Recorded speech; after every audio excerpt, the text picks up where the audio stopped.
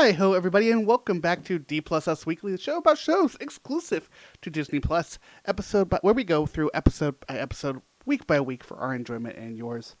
I'm one of your hosts, Griffin Tadell, Griffin D-Pad, and with me, as always, the wonderful, the amazing, the absolutely freaking out, Mr. Mitch George. How are you doing? Right? They said the thing! They finally said the thing! They said the thing! We've only been waiting like 3 years for this. There's a couple other things we've been waiting 3 years for, so we're going to get into it for sure. Hell of an episode. I think this is the earliest we've ever recorded an episode for a weekly show. As of recording, the episode has been out for like an hour. Yeah, and it's 40 minutes long, so we got right to it. We are doing good at this. We are talking about episode 3, folks, of Agatha All Along, through many miles of tricks and trials. Third episode of the show. Remember, folks, that this is full spoilers for Agatha All Along, so if you haven't seen the episode, head on back, watch the episode, and then come back for all the spoilers with us. We're going to be all over the place with this. Yeah, we'll be talking comics, we're going to be talking MCU just in general. I'm definitely going to be talking some WandaVision here, so keep all that in mind. A little bit of housekeeping as well. If you're listening to this now, Inside Out 2 is now out on Disney+. If you're checking that out, make sure to check out our review of it, what we put up when the movie released in theaters. You can find that over at youtube.com/@DPlusUs. Or on podcast, just scroll up in your feed. It should be there like somewhere. 8 or so episodes ago. Yeah. So like yeah, D Plus Us on podcast. The weekly stuff. But you'll find it. Mm-hmm. I have faith in you. I believe in you. All that said, Mitch. This is Agatha believes in her coven, right? Last week I said, if this show keeps it up, I'm going to love every fucking second of this show. This episode was so much fun. It was amazing. Start to finish. There wasn't a lull. It was just, oh, okay, we've got a countdown. Everybody's going to die. They did one of my favorite things you can possibly do for something like this, where it's, what is the most horrifying thing that you can put into like a naturally horrifying setting, and that is something ridiculously mundane and nice. Like the unease I felt the minute we saw that house was like, the thing that got me with all of that was the hallucinations. Every hallucination was terrifying and had me at the edge of my seat. Not in a way that's like scary or horror, but just the unease of it, not knowing what we're going to see. And I love their use of that as a mechanism to give us more of the backstory of these characters. Because they've only got, for some of them, we only had 3 episodes with them. But we'll get to that. Or 2. We did 3 plus, or 2 plus, depending on when you want to call Time of Death. We're doing that. I was saying, like, for all of the people that they have recruited, that was all in episode 2. Yeah. So they're not going to have a ton of time to build those backstories. So using this trial as a mechanism to do that was a great storytelling decision. Yeah, and it seems like the future trials will delve into individual backstories a little bit more. And then obviously we'll see a bit more of Agatha's and eventually probably some of Teen's. I like that we just got that out of the way of like, okay, everyone knows there's a sigil on him. We now know what a sigil is specifically. He had no idea that it was there, which is great. Mm-hmm. And yeah, it does seem like each trial is going to focus on the expertise of one of the witches. So this one being the potions. Eventually they're going to have to hook back up with Rio. Which I thought that was going to happen in this episode. I really did think that was going to be where this episode ended. I think that's where next week begins. I had a feeling because the timer went off as they were pouring the potion, but yeah, I thought it was going to be like what comes down the slide was not her, but it was Rio or something like that. That could have worked too, yeah. Because there's a clip out there of Rio that seems to be later on in the show. That's all I'm going to say. We'll get there. One more thing to talk about the trials, though. I love how they started off with Sharon or Mrs. Hart, just repeating that line from WandaVision, of like that is her biggest fear. Like still seeing the repercussions Wanda had on that town 2 episodes later when we're not really even in it. We're not even in the town anymore. Yeah, 3 years later, and it's like the PTSD from that event stuck with those residents. And I think we're going to keep seeing that. I think we will keep seeing kind of the echoes and ramifications of Wanda throughout this show. especially just because of the hold she had on Agatha, and potentially the hold she has on the teen. Can I get into my wild speculation? Absolutely. He said his life changed drastically 3 years ago when he turned 13. What else happened to 3 years ago when he turned 13? Oh, yeah, it did. He did, didn't he? So I think a lot of people are I going to also come out didn't of this realize he episode- was 16. Exactly. Well, they mentioned that in the first episode, and then they circle back on that here, reinforcing he's underage, and that his life changed at 13 when he's talking with Alice. A lot of people are going to come out of this episode and miss a couple of those beats. And what this episode's trying to set up is that Teen is actually Nicholas Scratch, and that Agatha wouldn't even recognize her own son if he walked through the door. But that whole thing about his life changing 3 years ago, the idea that Agatha traded her son for the Darkhold wasn't destroyed 3 years ago. In this timeline, it was destroyed like right now. Yeah. So that 3 year time span, it's got to be Billy. It has to be. It has right? to be. I think the show is honestly setting it up more for Billy than it was for Scratch. I do think if Scratch is showing up, it's going to be as more of a antagonist with the Salem 7 than anything else. Like the villain, the end game of the show. Yeah. And even then, I'm not totally with you sure anymore because we threw out some big fucking names this week. The internet's going to go wild. We threw out the name that we've been throwing out since Loki. The big M. They finally said Mephisto. Parents finally gets name dropped. Mephisto is confirmed to exist within the MCU. Yeah, Mephisto, we now know, like, Agatha's deal is canon to the MCU.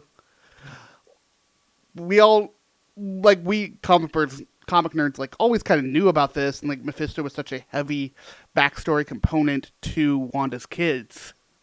Yeah. It might actually be happening. They might be putting this together the way we hoped they would. It is shocking to me.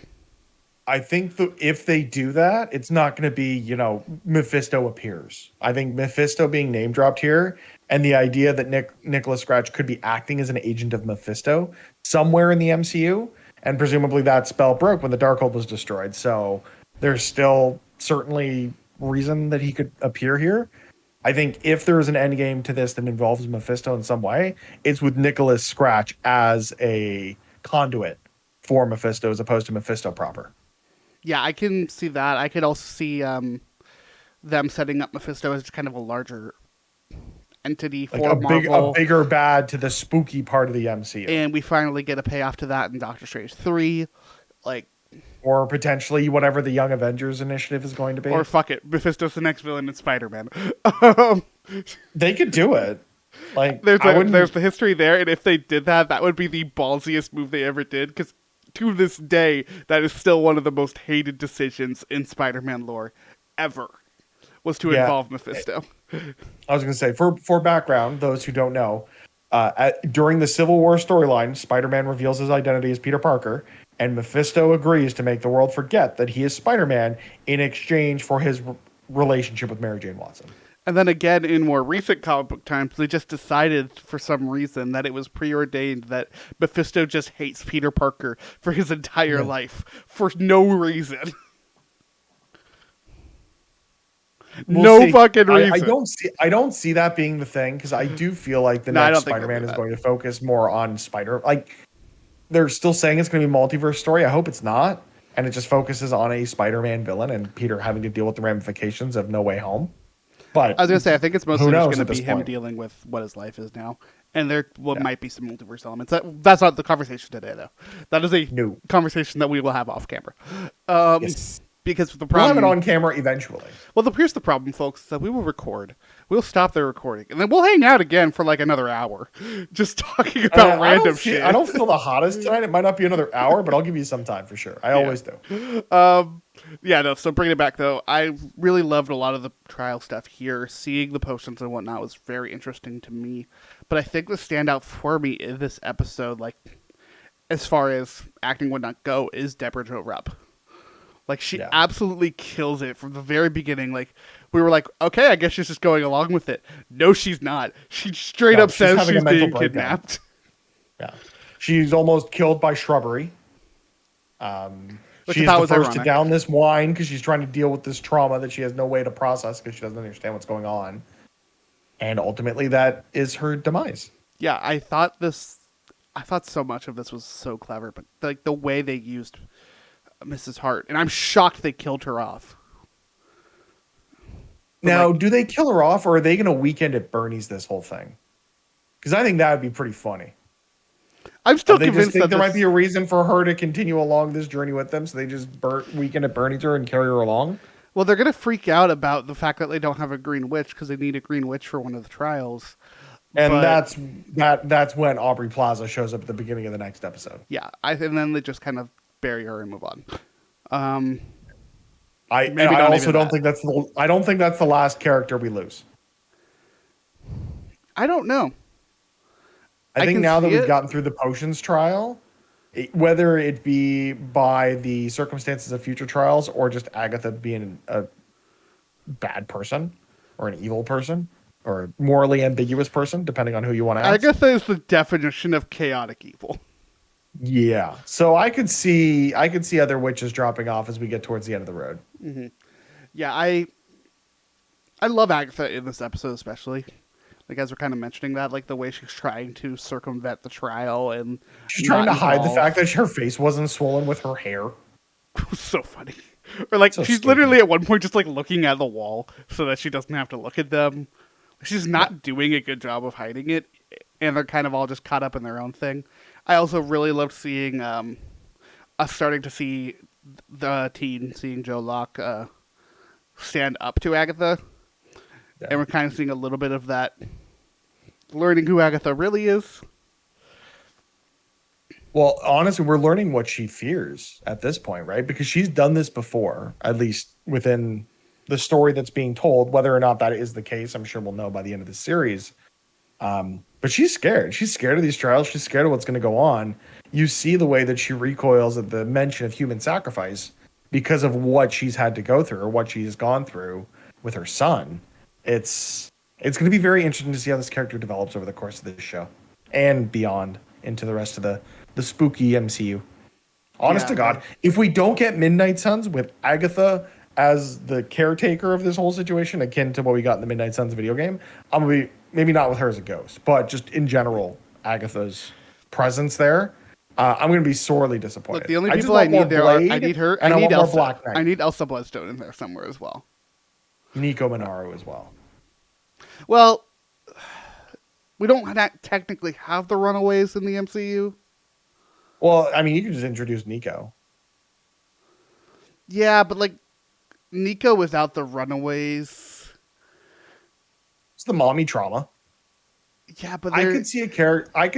So okay. but what Pie in the makes what sky. makes Nico a hero is the other Runaways. It's caring for the other Runaways and learning to have that family again. Like even in like Yeah. Ultimate X-Men right now, great book, highly recommend it. Nico's in that, and even in that role, she's playing the caretaker. She is looking after these mutants. Like that is always kind of her role, and then in Midnight Suns, she goes out of that role, and I think that's what was interesting in the game. In my headcanon of where the spooky side of the MCU is going, if they did bring a team together to deal with Mephisto, let's say it's Agatha, it's Wiccan, it's Blade, it's Black Knight, it's Ghost Rider, I could see a Nico Minaru playing the role of America Chavez that we got in Multiverse That's of fair. Madness, where Nico is introduced as this spellcaster who's trying to figure out her craft and learning from Agatha, akin to, Scarlet Witch's role in the comics of being trained by Agatha. I would also love if And they just she could established the be Runaways. our vehicle into that world, right? Similarly to what we got with Coulson in Avengers, like we got with America Chavez in Multiverse of Madness. See, I think what could be interesting there is it wouldn't be Agatha. I could see it more being Clea. That could work too, depending on where they go with But it. obviously that's speculation and whatnot. And I would love to see them do it. I'm not sure they will. I think if they do bring something like that, it would be more for a character like Kathryn. That's true. I could see this show ending with Agatha being killed and being the ghost mentor for whoever ends up leading the Midnight Suns, whether that be Clea, Doctor Strange, Or even whomever. aside from Midnight Suns being Joe Locke's mentor. Yeah, we Or could see being, or Wiccan being playing. Like I could see if this is Wiccan, that Agatha is Wiccan's mentor the way that she was Scarlet Witch's in the comics. I could also see there being a situation where it's understood that the Darkhold is needed for whatever reason. She sacrifices her life to come back. It somehow brings Wanda back, and she's mentoring to Wanda. Honestly, it could be anything. If this is Billy, I can see Wanda being the prize at the end of the road. And I mentioned this last week as well. Like, the road brings you that which you desire most. And we don't know enough about Teen to know what that might be. He's said it's power, but deep down it might be something else. It might be a sense of belonging. It might be understanding his origin, whatever the case. It might be understanding what happened 3 years ago. We don't know. And that's, I think, what's most interesting to me as we go through the rest of this show. Yeah, I think for me, it's the biggest interest for me is just where is Agatha going to end up after all this? Like, Agatha is such a important secondary character comic book wise. It makes sense to keep her around, but in what capacity will they be doing so? What is the character growth going to be there? Will she be good? Will she be bad? Will she be in between? 1,000 different things can be done with Agatha that it really is a massive question mark of what is going to happen episode to episode. And I think that's a massive appeal to this show for me. Not to mention just the vibes, the witchy vibes are absolutely immaculate heading into October. I cannot speak enough on this. Also, she's just one of the sassiest people in the MCU, which is already filled with the absolute sassiest motherfuckers to exist. The ending line in this who's Sharon? And to the immediate cut to heads will roll. Top tier humor. Almost as good as the Patti LuPone joke in episode 2. Who also had a couple of really great moments in this episode. I think the flashbacks to her as a kid, the Italian coming through. It was very very brutal in the way that was presented. I think she acted that out quite well. I'm fascinated by her backstory. I cannot wait to see more of that. I also wonder, like, how is that kind of trial going to work for her magic? I also wonder what Lorna's trial is going to be because she doesn't have magic. Oh. I wonder if Teen will be forced into a trial even though he's not part of the coven. See, that I don't think is the case. I feel like he is here more as a familiar, and I think that was mentioned in the second episode that he's essentially acting as Agatha's familiar. And they mentioned it here as well. You know, he's not part of the coven. He's underage, so he's not drinking the wine. So I do think that additional trial is going to have to be Rio's. See, agreed, but also he still had a component to play in that first trial. He was the blood of the unpoisoned. Blood of the unpoisoned. Like, I do think the Witch's Road is going to throw something at that kid. I don't know what it's going to be, but it's got to throw something at him. If he's going to get something out of this, he's going to be tested. That's for sure. Mm-hmm. Also, just shout out to the Hansel and Gretel joke. Oh my God, right? We didn't need it. Like, last time one of my friends got in the oven, she didn't enjoy it. I'm just like, yeah, we know how that story goes. You're old. We get it. Yeah, I love Patti LuPone so much. I also want to give another shout out. I mentioned this in the last episode, but shout out again to the credit sequences. Yeah. Marvel absolutely I love the little nods it. to like the Evil Queen and Lisa Simpson as a witch, like all these little nods to pulp culture witches. I think is really fun. Yeah, I think this week's especially was something really fun of seeing all of like the seeing pentagrams and crystals and seeing all of this overlaid over maps of Westview, and like Westview clearly has some sort of magical significance as well. Yeah. And I think the sigil not allowing Agatha to know where Teen is from is foreshadowing that he's from Eastview. There's this connection between the two towns. Well, he said Billy Kaplan. He said he was from Eastview in the first.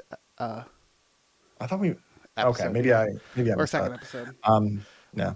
I also just love the fact that it is very clear that all of these women are hundreds of years old, and the fact that Teen is the one Teen and Alice, I think, are doing the best job at trying to get through that trial, other than the hallucination of Alice's mom, which was terrifying. Right. Have they never done an escape room? Because the first thing you do when you start seeing countdowns and stuff like that and something like this, you tear that shit apart. But they were being very meticulous, and I did not appreciate that. Y'all got a timer? You got to act like it. Remind me to go with you to an escape room at some point. I tear that motherfucker down every goddamn time, and I've never not won. So I've literally only. I've actually take no. me on I've the never. road, baby. I have never done an escape room. Have you what? Yeah, I have never done one. How? It's just never been a thing that my friends and I were like, let's go do that. We've done a few, and it's a hoot. So yeah, whenever you make it up here, we'll do an escape room. Yeah, I'm down. There's one opening actually. This is such a specific thing. There's one opening up in Seattle that is like specifically Tomb Raider themed. Ooh, fun. So we might go. My friends and I might go up and try to do that one because apparently it's like Do it. They're a blast. Like they had Honestly, they had an installation like, at PAX level, huge. Yeah, like this show would make a great escape room. Mm-hmm. I hope we see some showing for this show later on, like in the parks or something. Like I know Agatha shows up for Oogie Boogie Bash. Yeah, you'd assume she's going to do a few more appearances in Avengers Campus during the series. Mm-hmm. But like, I would love to have more representation for the spooky side of the MCU outside of just the MCU. Whether it's the spooky side in terms of comic books, or in the terms of what's in the parks, or give me really more, anything. give me more Man Thing, give me more Werewolf by Night, give me more spookies. Honestly, one of the things that I think it would be great is they used to do these audio drama podcasts. They did one for like Wolverine. They did one for Old Man Hawkeye. An Agatha one would be pretty cool. That would be fun. Mm-hmm. But that's all speculation for the future. We're going to wrap this episode up, Mitch. If people want to keep up with us, where can people find us? YouTube, mostly. Catch the latest episodes. Hang out with us in the comments. Let us know what you thought of this episode. Catch us on your favorite podcast service. But that really covers it. Yeah, find us there. Find us in the next episode. But until then, have a magical day. Spooky Excelsior.